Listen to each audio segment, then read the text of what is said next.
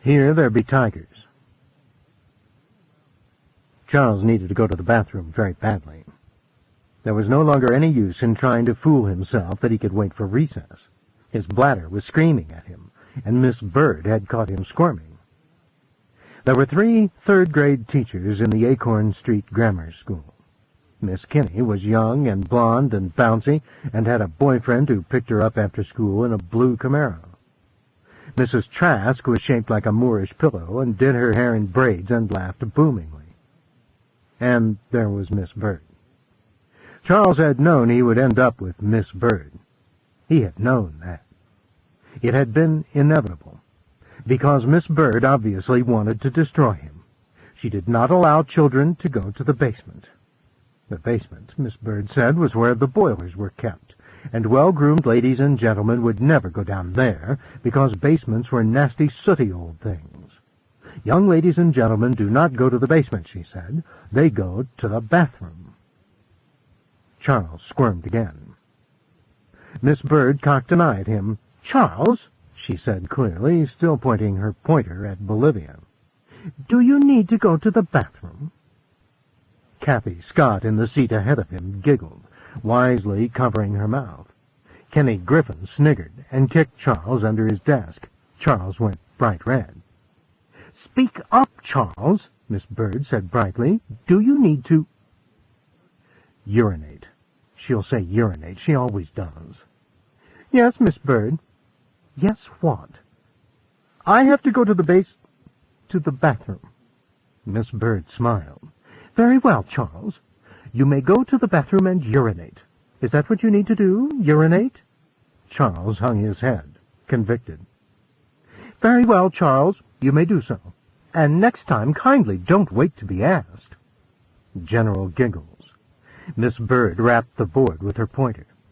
Charles trudged up the road toward the door, 30 pairs of eyes boring into his back, and every one of those kids, including Kathy Scott, knew that he was going into the bathroom to urinate.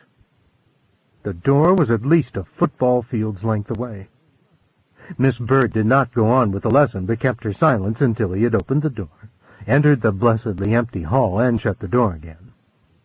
He walked down toward the boys' bathroom. Basement, basement, basement, if I want... Dragging his fingers along the cool tile of the wall, letting them bounce over the thumbtacked, stippled bulletin board, and slide lightly across the red "break glass in case of emergency" fire alarm box. Miss Bird liked it.